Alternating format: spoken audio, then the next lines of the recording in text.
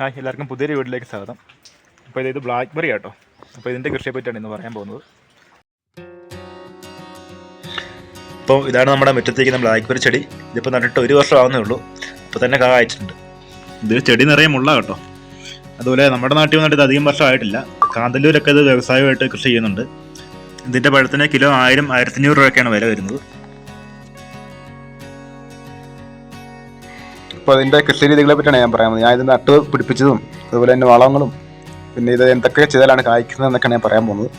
അപ്പം വീഡിയോ എല്ലാവരും മുഴുവനായിട്ടും കാണുക. പിന്നെ ഇതിൻ്റെ ഇടയ്ക്ക് കുട്ടികളുടെ ഒക്കെ സൗണ്ട് കേൾക്കും കേട്ടോ. എന്താണെന്ന് വെച്ചാൽ ഞാൻ വർക്ക് ചെയ്യുന്ന സ്കൂളിലാണ്. അപ്പോൾ വീഡിയോ ഡബ് ചെയ്യുന്ന ഹോസ്റ്റലിൽ ഇരുന്നുണ്ടാണ്. അപ്പോൾ ഹോസ്റ്റലിൻ്റെ സൗണ്ടൊക്കെ കേൾക്കുന്നത്. അപ്പോൾ ഈ വീഡിയോ കാണുന്ന എല്ലാവരും ഒരു ലൈക്കോ കമൻറ്റോ എന്തെങ്കിലും ചെയ്തിട്ട് പോവുക. എങ്കിൽ മാത്രമേ നമ്മുടെ ചാനൽ ഗ്രോത്ത് ആകത്തുള്ളൂ. അപ്പോൾ എല്ലാവരും സപ്പോർട്ട് ചെയ്യുക. നമ്മൾ ഒരുപാട് കഷ്ടപ്പെട്ടാണ് ഓരോ വീഡിയോ ചെയ്യുന്നത്. അപ്പോൾ ഒന്ന് സപ്പോർട്ട് ചെയ്തിട്ട് പോവുക. അപ്പം ബ്ലാക്ക്ബെറി ആദ്യമായിട്ട് തന്നെ തൈ ഉണ്ടാക്കുന്നത് എങ്ങനെയാണെന്ന് പറയാം. ബ്ലാക്ക്ബെറി തൈ ഉണ്ടാക്കുന്ന വേരിൽ നിന്നാണ്. ഇതിൻ്റെ വേരിൽ നിന്നും അതുപോലെ തന്നെ അരി മുളപ്പിച്ച് നമുക്ക് ഇതിൻ്റെ ബ്ലാക്ക്ബെറി തൈകൾ നമുക്ക് ഉണ്ടാക്കിയെടുക്കാൻ സാധിക്കും. ഇത് കണ്ടില്ലേ, എൻ്റെ വേരിൽ നിന്നുണ്ടായി വരുന്ന തൈകളാണ് ഇതൊക്കെ തന്നെ ഉണ്ടായി വരുന്ന കേട്ടോ. ഒരുപാടുണ്ട് ഇങ്ങനെ.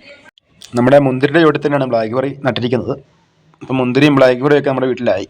ബ്ലാക്ക്ബെറി നട്ടു വെച്ച് കഴിഞ്ഞാൽ വളരെ വേഗത്തിൽ തന്നെ ഇത് വളർന്നു വരും.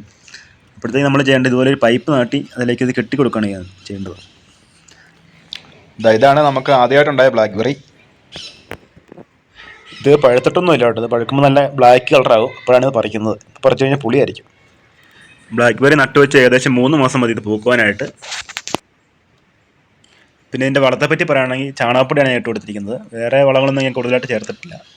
അടിപൊളിയായിട്ട് ചാണകപ്പൊടി കൊടുത്തു. പിന്നെ എല്ലുപൊടിയും കടലപ്പിണ്ണാക്കും അങ്ങനെയുള്ള ജൈവ വളങ്ങളൊക്കെ കൊടുക്കാവുന്നതാണ്. പിന്നെ നട്ട് 1 വർഷം കഴിയുമ്പോഴത്തേക്ക് ഇതിൻ്റെ കമ്പുകളൊക്കെ ഉണങ്ങിപ്പോയിട്ട് തുടങ്ങും. അപ്പോൾ ഒന്ന് പ്രൂണിങ് ചെയ്ത് വിടുന്നത് നല്ലതാണ്. പിന്നെ ഇതുപോലെ നീണ്ട ഈ സൈഡിലേക്കൊക്കെ ഒരുപാട് ഇങ്ങനെ വളർന്നു വരും. അതെല്ലാം നമ്മൾ പിടിച്ച് കെട്ടിക്കൊടുക്കണം. ഇതെല്ലാം പൈപ്പിലേക്ക് പിടിച്ച് കെട്ടിക്കൊടുക്കുമ്പോഴാണ് ഇത് കായ്ക്കത്തുള്ളൂ. ചുമ്മാ നിലത്തോടെ പോയി കഴിഞ്ഞാൽ ഇതൊന്നും കായ ഉണ്ടാകത്തില്ല. ഇതിൻ്റെ തൈക്ക് ഒരു പഞ്ഞമില്ല കേട്ടോ. ഒരുപാട് തൈ ഇങ്ങനെ ഉണ്ടായിക്കൊണ്ടിരിക്കും. ഇതിൻ്റെ വേര് പോകുന്ന സ്ഥലത്തോടെ എല്ലാം തൈ ഉണ്ടായി വരും. ഇതിൻ്റെ കെയറിങ് വലിയ പാടൊന്നുമില്ല. നട്ട് കഴിഞ്ഞാൽ പെട്ടെന്ന് തന്നെ ഇത് വളർന്ന് വരുന്നതാണ്. പിന്നെ ഇത് കൂടുതലായിട്ട് ഉയർന്ന പ്രദേശങ്ങളിലും പിന്നെ തണുപ്പുള്ള പ്രദേശങ്ങളിലേക്കാണ്. ഇപ്പം ബ്ലാക്ക്ബെറി നട്ട് കാ പിടിക്കാനായിട്ട് ഇത്രയൊക്കെ ചെയ്താൽ മതി. അതുപോലെ ബ്ലാക്ക്ബെറി ധാരാളം ധാതു ലവണങ്ങളുടെയും അതുപോലെ തന്നെ ആൻറ്റി ഓക്സിഡൻറ്റുകളുടെയൊക്കെ കലവറയാണ്. പിന്നെ ഇത് ക്യാൻസറിനുള്ള മരുന്നായിട്ടൊക്കെ ഉപയോഗിച്ച് വരുന്നു. പിന്നെ നമ്മുടെ നാട്ടിലെ മുള്ളുള്ള തരം ബ്ലാക്ക്ബെറിയാണ്. വിദേശ രാജ്യങ്ങളിലൊക്കെ മുള്ളില്ലാത്ത തരം ബ്ലാക്ക്ബെറി ഉണ്ട്. ഇതിൻ്റെ തൈ മേടിക്കണമെങ്കിൽ കാന്തല്ലൂർ സൈഡിലൊക്കെ പോയി കഴിഞ്ഞാൽ കിട്ടും. ഞാൻ കാന്തല്ലൂരിൽ നിന്നാണ് മേടിച്ചത്. അപ്പോൾ എല്ലാവരും ഒന്ന് വീട്ടിനകത്ത് പരീക്ഷിച്ച് നോക്കുക. അപ്പോൾ ഇവിടെ ഇത് ഉണ്ടാകുമെന്ന് യാതൊരു പ്രതീക്ഷയില്ലായിരുന്നു. ഞാനൊന്ന് പരീക്ഷിക്കാൻ വേണ്ടി നട്ടതാണ്. അപ്പോൾ ഈ സ്ഥലം എന്ന് പറഞ്ഞാൽ വാഗമണിനടുത്താണ്. നമ്മുടെ അത്യാവശ്യം തണുപ്പുള്ള ഏരിയയാണ്. പിന്നെ ഇത് നമ്മുടെ മുന്തിരിയുടെ ചോടാണ്. അതിൻ്റെ ചുവട്ടത്തിനാണ് നമ്മൾ ബ്ലാക്ക്ബെറി നട്ടിരിക്കുന്നത്.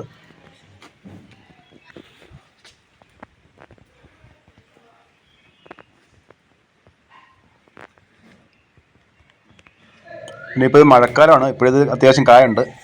ഏറ്റവും കൂടുതൽ കായ ഉണ്ടാകുന്നത് വേനൽക്കാലത്താണ്. ഇപ്പോൾ 1 വർഷത്തെ ഞാൻ 2 പ്രൂണിങ് ചെയ്തിട്ടുണ്ട്. ഇപ്പോൾ രണ്ടാമത്തെ പ്രൂണിങ് ആണത്.